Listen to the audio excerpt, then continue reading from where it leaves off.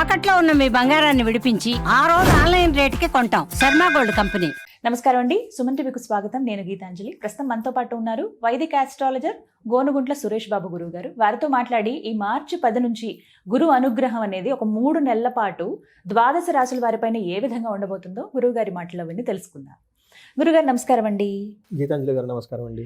చాలా సంతోషం మీతో మాట్లాడడం. చాన్నాళ్ళు అయిపోయింది, ఎప్పటి నుంచో అనుకున్న సమయం రావాలి దేనికైనా. అంతేనండి. గురుగారు, మరి గురువు వక్రగతి నుంచి మళ్ళీ యథాస్థానానికి వస్తున్నారు మార్చి 10వ తారీఖు నుంచి అని విన్నాము. మరి ఈ సందర్భంగా ద్వాదశ రాశుల వారికి గురువు ఎలాంటి అనుగ్రహాన్ని అందిస్తారు? ఎందుకంటే గురువు అనగానే ఎప్పుడు అనుగ్రహించే గ్రహం అని చెబుతూ ఉంటారు కాబట్టి, మరి ఆ బృహస్పతి గురువు ఎలాంటి అనుగ్రహం అందిస్తున్నారు, ఏ ఏ రాశుల వారికి ఎలా ఉండబోతుందో తెలియచేస్తారా? ఓం గం గణపతియే నమః. స్వర్ణలక్ష్మి నమస్తే అస్తు. పరబ్రహ్మ స్వరూపిణి రాజ్యం దేహి ధనం దేహి సర్వకామాంచ దేహి మే. స్వర్ణలక్ష్మి అమ్మవారు ప్రతి ఒక్కళ్ళకి పరమానందంగా ఉండే ఒక బ్రహ్మ జ్ఞానాన్ని ఇవ్వాలి. ప్రతి ఒక్కళ్ళు తమ కళ్ళతో హోలిస్టిక్గా ప్రతిదాన్ని చూడగల ఒక సామర్థ్యం మనకి ఇవ్వాలి. అలా ఇచ్చే ఒక శక్తి స్వర్ణలక్ష్మి అమ్మవారికి ఉంటుంది. ప్రతి ఒక్కళ్ళకి రాజ్యం దేహి వాళ్ళకి ప్రతి ఒక్కళ్ళకి రాజ్యం దేహి అంటే ఏంటి, వాళ్ళకి అథారిటీ, పవర్, స్టేటస్ సింబల్ ఉండాలి. ధనం దేహి, విపరీతంగా ధనం ఉండాలి. సర్వకామాంచ సిద్ధి, ప్రతి ఒక్కళ్ళకి వాళ్ళ మనసులో ఎలాంటి కోరిక కోరుకున్నా ఇమ్మీడియట్గా తక్షణం నెరవేరాలి అని చెప్పేసి స్వర్ణలక్ష్మి అమ్మవారిని.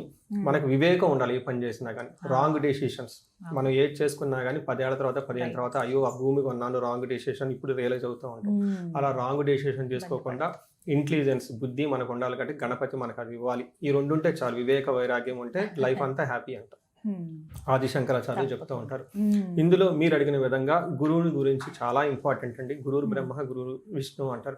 అంటే మనకున్న ఎన్నో జన్మల కర్మల మొత్తాన్ని కరిగించి ప్యూరిఫై చేసి సన్మార్గంలో పెట్టే ఒకే ఒక్క శక్తి గురువుకు ఉంటుందండి. అందుకనే ఆయనకి బ్రహ్మ విష్ణువు కంటే కూడా ఇంకా పెద్ద అని చెప్తూ ఉంటారు అనమాట.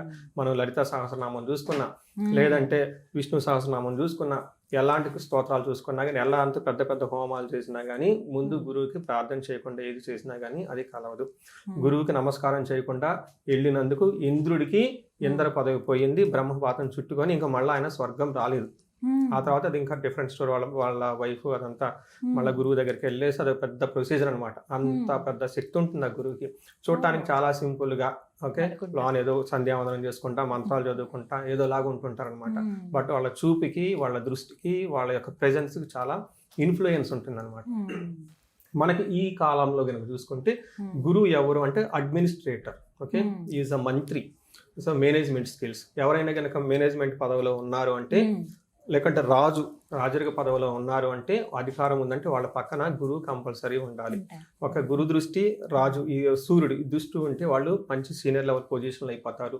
10 మందిని నాయకత్వ లక్షణాలు ఉంటాయి అని చెప్తూ ఉంటారు. ఎప్పుడైతే గురు దృష్టి లేదో, శని దృష్టి ఉందో, వాళ్ళు రాజరికం వచ్చినా కానీ దాన్ని కాపాడుకోలేక కోల్పోతారు అని చెప్పేసి చెప్తూ ఉంటుంది. కొంతమంది పొలిటీషియన్ వాళ్ళు నా దగ్గరికి వస్తుంటారు, ఏమంటే ఇప్పుడు నాకు పదవి వస్తుందా, ఉంటుందా, పోతుందా అని అడుగుతూ ఉంటారు అనమాట. ఈ కాంబినేషన్ మనం చూసేది. So Guru is the well protector అండి. సో మనకి గురువు ఏం చేస్తారు?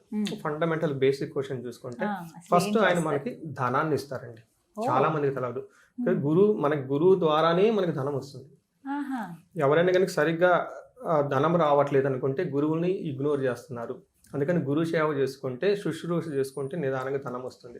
తర్వాత సంతానం, తర్వాత జ్ఞానం, తర్వాత ఇలా అన్ని అనమాట. వేదిక నాలెడ్జ్, భక్తి, ఆధ్యాత్మికత, ధర్మచింతన ఇవన్నీ గురువు ద్వారా వస్తూ ఉంటాయి అనమాట. అందుకని ఈ గురువు సరిగా ఉంటే అన్ని సన్మార్గంలో ఉంటుంది. లక్ష్మీదేవి కూడా గురువుని ఫాలో అవుతూ ఉంటుంది అనమాట. ఎందుకంటే ధర్మాన్ని కాపాడతాడు కాబట్టి. ఏది ధర్మం అధర్మం అని మనకు ఎలా తెలుస్తుంది?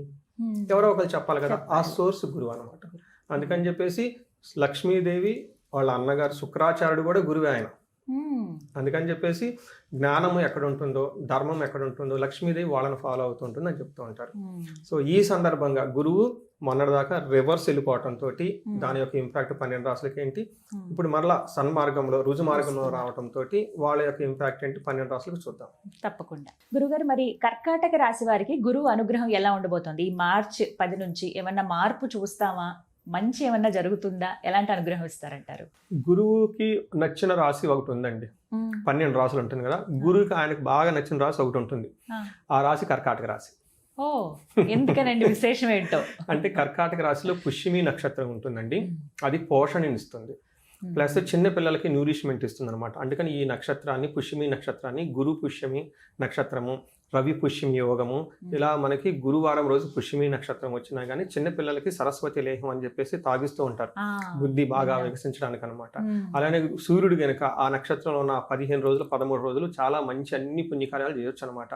ఎందుకు అంటే ఆ నక్షత్రంలో పోషణనిస్తుంది. గురువు కూడా అక్కడ ఏమవుతుందంటే పిల్లలకి పోషణ ఇవ్వాలి కదండి. గురువు యొక్క నేచర్ ఎలా ఉంటుంది, స్ట్రెంథన్ చేయాలి, న్యూరిష్మెంట్ చేయాలి, పిల్లల్ని బాగా ఎదిగించాలని ఒక ఆలోచన తపన ఆయనకు బాగా ఎక్కువ ఉంటుంది అనమాట. అందుకని అక్కడ ఎప్పుడైతే కర్కాటక రాశిలోకి వెళ్ళిపోయారో ఆయన ఉచ్చ స్థానంలో ఉండి 200% బలంగా ఉంటారంట. అంత పవర్ఫుల్గా ఉంటారు అక్కడ. ఇన్ కేస్ ఎవరైనా గనక జన్మ జాతకంలో గురువు 12వ స్థానంలో ఉండి సూర్యుడు బలంగా ఉన్నారంటే వాళ్ళు టాప్ మోస్ట్ పొలిటీషియన్ కానివ్వండి, బ్యూరోక్రాట్స్ కానివ్వండి, అసలు వాళ్ళు యాక్సిడెంటల్. నిన్ననే ఒక అతను అమెరికా నుంచి కాల్ చేశారు. లగ్నంలో కరెక్ట్గా గురువు వచ్చే స్థానంలో ఇదే రాశిలో ఉన్నారు. వాళ్ళది కర్కాటక రాశిలో చిన్న విలేజ్లో ఎక్కడో పెట్టారు, అనంతపురం దగ్గర ఎక్కడో. ఇప్పుడు ఆయన యుఎస్లో 3 కంపెనీలకు యజమాని, మేనేజ్మెంట్ అడ్మినిస్ట్రేషన్. ఆయన చూడండి అదృష్టం, ఒక కంపెనీలో చేరారు. ఆ కంపెనీ వాళ్ళు అమెరికా పంపించారు, అక్కడ దాన్ని బిల్డ్ చేసేసారు. ఏదో ఒక గొడవలు వచ్చేసి ఈ బిజినెస్ అంతా మీరే తీసేసుకోండి, మేము ఫైనాన్స్. చూడండి అదే అదృష్టం. గురువు అంటే గురువు ఆయన జస్ట్ రాత్రే చూశానండి ఆయన జాతకం, ఒక లైవ్ ఎగ్జాంపుల్ అండి. గురువు గనక ఎవరి జాతకంలో అయినా కర్కాటక రాశిలో ఉన్నారంటే వాళ్ళు ఒక టాప్ షాట్కి వెళ్ళిపోయినట్లే.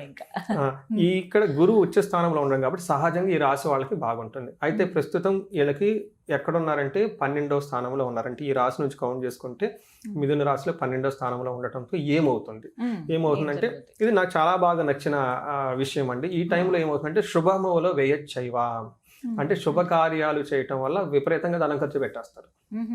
డబ్బు అయితే ఖర్చు పెడతారు కానీ శుభకార్యాల వల్ల జరుగుతూ ఉంటుంది. పాణి క్రయ విక్రయ దోషణం అంటే బాగా సపోర్ట్ ఇచ్చే కొన్ని వస్తువులు కానీ కొన్ని వాహనాలు కానివ్వండి, లేదంటే ల్యాండ్స్ కానివ్వండి, బిల్డింగ్ అంటే వీళ్ళకి బాగా సపోర్ట్ ఇస్తుంది ఇప్పటిదాకా, దాని మీద వీళ్ళు ఆధారపడి ఉన్నారు, అలాంటి దాన్ని అమ్ముకుంటారంట.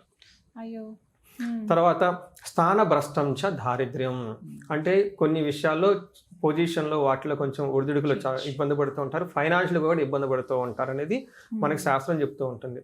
ఇది చూడంగానే కొంచెం నెగిటివ్గా అనిపిస్తుంది. శుభకార్యాలకు ఖర్చులు పెట్టడం అంటే ఓకే, తర్వాత బాగా అవసరమని అమ్ముకోవడం అంటే నచ్చదు కదా కదండి. అప్పటిదాకా యూజ్ అయిన గుడ్లో లేదంటే ల్యాండో ఏదో బాగా యూస్ఫుల్గా ఉంటుంది. ఒక షాపింగ్ కాంప్లెక్స్ అమ్మేసుకుని ఉంటాను. అది తెలిసిన ఆయన ఒక ఆయన సగం షాపింగ్ కాంప్లెక్స్ని అమ్మేశాడు. ఆయన వాళ్ళ నాన్నగారు ఏదో 3-4 ఫ్లోర్లను షాపింగ్ కాంప్లెక్స్ ఇచ్చేశారు. దీనికి ఏదో ప్రాబ్లం అయిపోయింది యూఎస్లో ఎక్కడ ఉండేసి టాప్ 2 ఫ్లోర్స్ వేరే వాళ్ళకి అమ్మేశాడు. అది చూడండి, దానివల్ల మనకు ఆదాయం వస్తుంది కదా. అలా ఇంపార్టెంట్గా ఆదాయం వచ్చే ఒక వనరులు అమ్మేసే అవకాశం ఎక్కువగా ఉంటుంది. తర్వాత స్థాన భ్రష్టత్వం అంటే స్థానం అంటే ఉద్యోగంలో అటు ఇటు చేంజ్ అవ్వటము, ఏదో కొత్త జాబ్ వస్తుంది అందులో అంత ఉత్సాహంగా లేకుండా వర్క్ చేయటం ఇవన్నీ చేస్తూ ఉంటారు, ఫైనాన్షియల్గా ఇబ్బంది పడుతూ ఉంటారు అనేది మనకి సంస్కృతంలో శ్లోకం. రియల్ లైఫ్లో నేను చూస్తున్న ఎగ్జాంపుల్ ఏంటంటే నాకు తెలిసిన ఒక లేడీ పెద్ద పొజిషన్లో ఉన్నారు, పేర్లు చెప్పకూడదు. వాళ్ళు ఇక్కడికి వచ్చేసి వెళ్తూ ఉంటే ఒక దేవాలయం కనిపించింది. ఇది ఎక్కడో దేవాలయం బాగుందని మొక్కున్నారంట. రిటర్న్ వచ్చేటప్పుడు అది వర్క్ నెరవేరింది. ఇమ్మీడియట్గా ఆ గుడి అందరిని పట్టుకొని ఆ కమిటీలు వాళ్ళు విలేజెస్లో ఉంటాయి కదండి, అంత ఈజీ కాదు ఒక మంచి పని చేయాలంటే. పట్టుకొని ఆ గుడిని విపరీతంగా డెవలప్ చేసేసి దాదాపు 1.5 కోటి పైన ఖర్చు పెట్టేసింది. చూడండి అలా అంటే ఏంటిది, ఒక మంచి పని చేయాలనిపించేసింది వెంటనే చేసేసారండి. చూడండి అలా అంటే శుభమూలం అంటే పెళ్లిళ్ళు అవుతాయి కొంతమందికి. నాకు ఇలా ఉన్నోళ్ళు వెంటనే ఏమండి మీకు ధనానికి ఇబ్బంది పడిపోతున్నాం అని జాతకం చూసిన వెంటనే అమ్మ లాస్ట్ టైం మీ ఇంట్లో ఇల్లు కట్టుకున్నారా అంటే అవునండి కొత్త ఇల్లు కట్టుకున్నామండి అంటారు. మరి ఇల్లు కట్టుకోవాలంటే డబ్బులు ఖర్చు పెట్టుకుంటారు కదా, కొంత ఏదో ఒకటి అమ్ముకోవాలి కదా, అందులో కొంచెం ఇబ్బంది ఉంటుంది కదా. ఇలా అంటే ఒక ఇల్లు కట్టుకోవడం లేదంటే గ్రాండ్గా సూపర్ గ్రాండ్గా పెళ్లి చేసేస్తారు.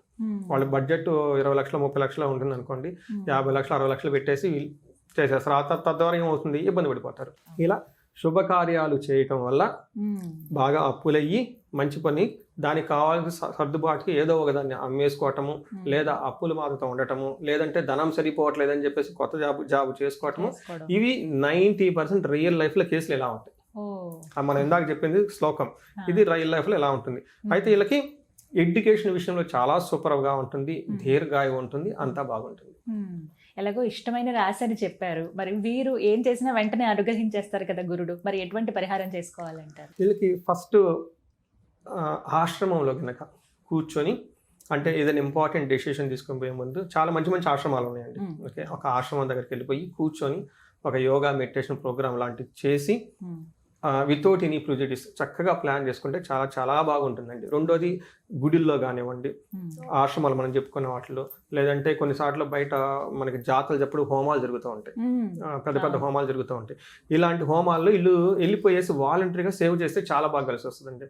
పెద్ద హోమం జరుగుతూ ఉంటుంది, అందులో సమితులు కావాలి, లేదంటే ఆర్గ్యం కావాలి, చాలా వరకు అవసరం ఉంటుందండి. ఇలా ఎండ్ టు ఎండ్ కనుక ఆ హోమం కనుక కూర్చొని ఎలాంటి ఎక్స్పెక్టేషన్స్ లేకుండా కనుక చేయగలిగితే హోమంలో ఇల్లు భాగమే, ఆ యొక్క ఫలితం వీళ్ళకి కూడా వచ్చేస్తుంది. అలా ఇంపార్టెంట్ పనులు చేయాల్సి వచ్చినప్పుడు ఇది కనుక చేస్తూ ఉంటే బాగా కలిసి వస్తుందండి ఈ రాశి వాళ్ళకి. చాలా చక్కగా వివరించారు. ధన్యవాదాలు గురుగారు. ధన్యవాదాలండి.